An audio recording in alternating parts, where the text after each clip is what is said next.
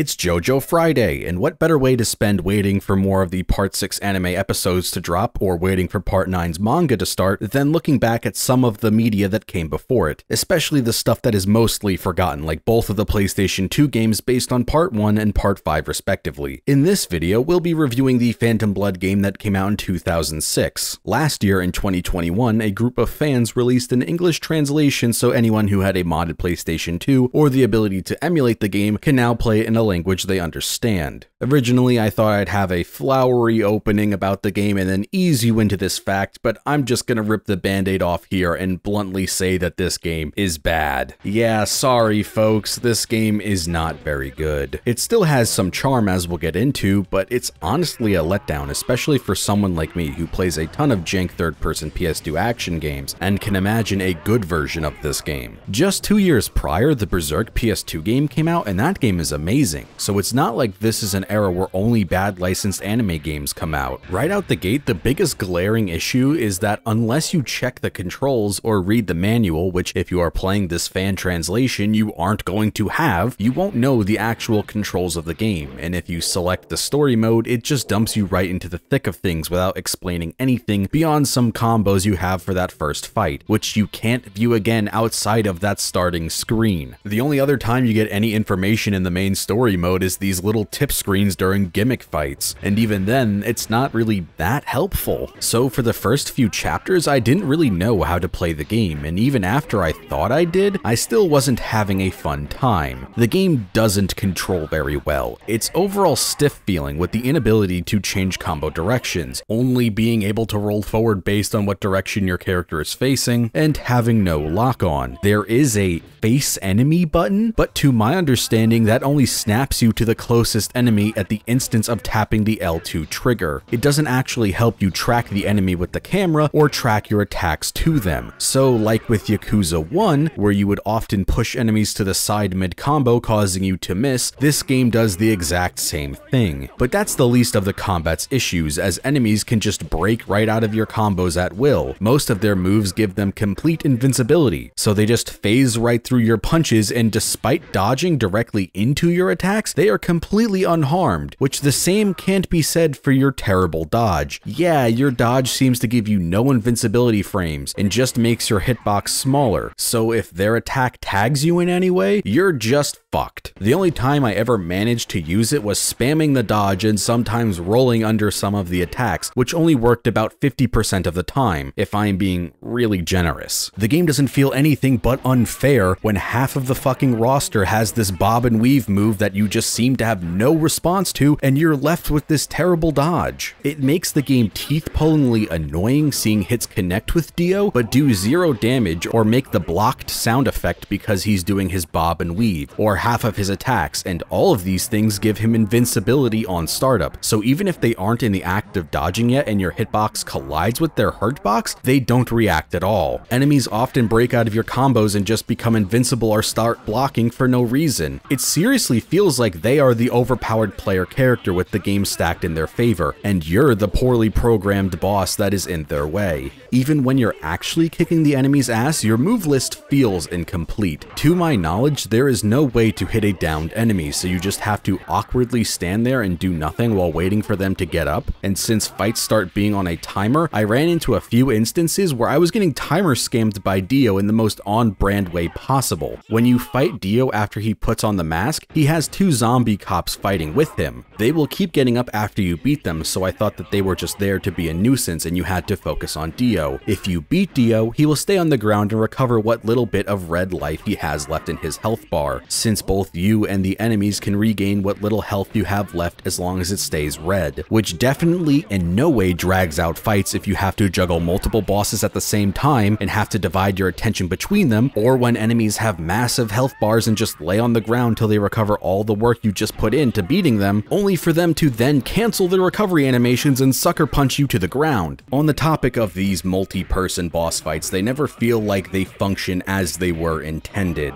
and that is solely the fault of the bosses also having the regen mechanic. Because of it, the only real way to effectively deal with these bosses with the allotted time, you end up having to focus them down one at a time. They may as well just be multiple single-person boss fights without a load screen at that point, which completely completely defeats the purpose of having you fight multiple guys at the same time in my opinion. These fights should feel like you're fighting multiple dudes at the same time, not pushing one of them to the corner so you can focus them down and then combo them to death only to then swap to the next guy, and then the next guy, and then the next guy, and then the fight is over. Anyway, back to this Dio fight. In order to beat it, you need to first down Dio and then kill the two zombies. I did not understand this at first due to what I just mentioned, so I ended up losing multiple times because Dio would just lay on the ground for 30 seconds with no way for me to hit him, only to get a game over. This issue of having nothing to do is somewhat rectified after you get Hamon because you have the ability to do poses which gives you stacking temporary buffs. But then you start to have so many fights where the boss has minions or it's multiple bosses at the same time, so you have to keep running away or start fighting the other guys, because if you don't and you start posing, they're going to hit you over the back of the head while you're standing in front of their downed boy. Poses don't feel like they have a non-awkward way to flow into combat. The trade-off for doing a pose is not to have a combo finisher, meaning you're losing out on damage. And with how often you can't actually hurt the enemies, and with how much health they have and how little time you have, it felt like the most optimal way to do poses was just to run to the other end of the arena, punch the air, do some poses to stack some buffs, and then go back to actually fighting. To break the fourth wall for a moment and give you some insight behind the curtain, I started writing this video before I finished the game. My first recording session in the beginning of writing this script ended with the fight versus Dio on top of the burning Joestar mansion. As I've made it clear up until now, I was not enjoying the gameplay, but once Hamon was introduced, I was beginning to like the game, and I want to give the game credit for that. Initially, I started to worry that I would have to go back and change what I wrote saying that the game was ass, because I want to be true to how the game made me feel. If it managed to turn it around and be a fun game by the end, I want to make that clear. That should be something it's commended for. But both thankfully and unfortunately, the game actually got worse. And that's what makes this game really frustrating. Beyond its annoying and shit designs, at times like this it shows its true potential, and you can imagine what could have been. In another reality, this is a classic hidden gem we should all be playing, but sadly that's not the one we live in. The game does a very admirable job of capturing the aesthetic and overall vibe of the source material. Its presentation is a blend of visual novel cutscenes recreating manga panels with the PS2 models of the game, along with these far superior animated cutscenes with the PS2 models. Anytime you actually see the events of the story in motion, it's really charming and fun. There was clearly passion behind this. It's unfortunate that the end product isn't very good. It does an admirable job of recapping the story, but it loses a lot of the nuance. Like for example, Dio hiding the knife behind his back that he was going to stab Jonathan with if George didn't show up to scold both of them. When I went into making this video, the last thing I was expecting was this game being the blueprint to From Software's Mikolash fight in Bloodborne. The Jack the Ripper fight when Jonathan has to hold the wine glass cannot be described as anything other than prototype Mikolash. You chase him around in this maze recreation of the tunnel, and he runs away like a cartoon character with a comical little dust cloud around his feet, going at 200% speed. You use the wine glass as sonar to track him. But here's the kicker. If you are tagged by his attacks, it will knock you to the ground even when blocking, and then he just runs away deeper into the tunnel. Your camera is really slow, so you can only effectively track him by recentering the camera behind you, which is still pretty awkward. It's extremely tedious, the fight is zero fun, but it pales in comparison to the worst fight in this game. I never want to hear anyone complain about the Devil May Cry 1 water level ever again. First of all, there was no reason to even complain about it in the first place because it's a whopping 1 minute long. For the first Bruford fight in this game, you have to fight him underwater, and this is easily one of the worst boss fights I've ever fought. You need to be near these bubbles to get oxygen. Your punches swim you faster and farther than your actual swim button. If you get hit by Bruford even when blocking, you will get sent flying like you were in a zero gravity section in another game. Your punches do so little damage you have to build your heat meter to full to do the iconic turquoise blue overdrive, but that takes forever to build, and if you take damage of any kind, the bar loses progress. There is no way in hell that they didn't know that this fight was utter dog shit, but they had to leave it in the game anyway. His second fight on land isn't much better either, as most of his moves, like I mentioned earlier with the combat flaws, have tons of invincibility on startup, so he just doesn't take damage when he starts doing his backflip and shit. At this point, all of the bosses have a fuck billion amount of HP, so you just have to play keep away, and it's so boring. They do compensate for this by giving you more time for each fight, but that's really just a band-aid solution to the overarching problem that the fights are boring. There isn't a lot of depth to the combat. You have maybe at most a 6-hit combo if you are able to actually launch the boss, which a few of them like Tarkus you can't. There's just not a lot of interactivity with these bosses. And even before the bosses had this increase in HP and time, a lot of them feel like they are bosses that in another game, they'd be ones you were intentionally meant to lose at for narrative purposes. But no, they're just super bullshit, like Tarkus, which just has this move that you can't block against or do anything against even for that matter, and it just juggles you and sends you flying across the room like a fucking toy. And because you can't launch him since he's a big character, you're just stuck doing your basic bitch 3-punch combo, and it's boring. Maybe I'm just bad at this game, or my patience was running thin from these terrible few fights and I was trying to just play more of the game just to get it done instead of taking a break, that I ended up having a worse time. I don't know, but these fights get so much worse. Even in thematically cool fights where you have to lose at the end of the game while you fight Dio's head in a jar, it's still annoying.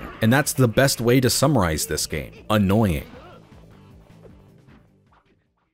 After you beat the main story, you unlock bonus content that is cool. You get a bunch of hypothetical fights that were never shown, like the bullies from the start versus Dio, which is how he gets them under his control, or playing the opposite side of battles from the main story, like being the zombie cops against Jonathan when Dio puts on the mask. There are actually a ton of playable characters in the game, 59 in total, but 30 of them are just 15 different versions of Jonathan and Dio, since each fight has different combos as these characters grow and change. Sadly, there isn't a versus mode where you can freely choose these characters to play as or against like in the Garou PS2 game that was released 2 months before this. For as cool as this extra content is, it isn't enough to actually make me want to suffer through the game more. It's a real shame that I think this game isn't good, because there is a lot of soul to be found here. Since the only way to play this in English is through emulation or a modded PlayStation 2, there is zero cost commitment to playing it, so check it out for yourself, I guess. Just don't expect a good game.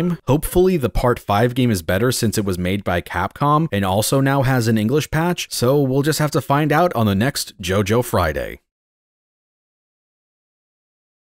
If you've made it this far into the video, I just want to say thanks for watching as always. If you really liked the video, please pass it around. If you really like the channel, maybe consider becoming a patron on Patreon. All patrons get access to videos a day early, along with a $7 tier that allows you to watch incomplete rough cuts of upcoming videos. Like just in a few days, you'll be able to watch the first part of my Onimusha series review. This part will be covering Onimusha Warlords. It was originally going to be its own video, but sadly it was only 7 minutes long, and you need a video to be 8 minutes to have a mid-roll ad, so I'm just going to have all of them combined in one like I used to do. So that part will be viewable for $7 and up patrons as soon as it's finished being edited. I'm now going to shout out my $5 and up patrons who really help support the channel. Akita Fishkiyama, Bully, Francis, Jeff Ladd, Cosmonaut Cola, Nathan Redding, Nemphy, Quartz, Revin, Ringo, Rovit, Ruben Rodriguez, Samuel Egan, Sayan Heggie, Sir Newt Newt, Walkman, Ben Johnson, Brian Marcello, Bergnut, Chichometrius, David Roberts, Dusty the Zombie, Ek Frazo, Elliot Morton, Cax Markchick, Fishkami, Filthy Finger 69, Justin Collini, Kevin Velasquez, Lotto, Lucy the Fox, Megan, Nicholas Pedinato, Onion Girl, PPR Masked, Slemp Tingle, Solid Link, Starcasters, Some Panda, the FOE3, and William Moore. Thank you so much, guys. If you're a card game player of any kind, I have a TCG Player affiliate link in the description below. Any purchases you make using my link will give me a small kickback. I also have a NordVPN affiliate link if you want a discount on a 2-year plan. As for what's coming out next, I'm not entirely sure. I'm probably going to be sticking to PS2 action games. Maybe in the next few weeks I'll have the Jojo Part 5 video done. I'll also be working on the Onimusha video on the side, as I mentioned. I've played a bunch of PS2 games and have all the footage for them. I just need to simply write and make the videos. But whatever ends up coming out next, I hope you enjoy, and as always, thanks for watching, and see you next time.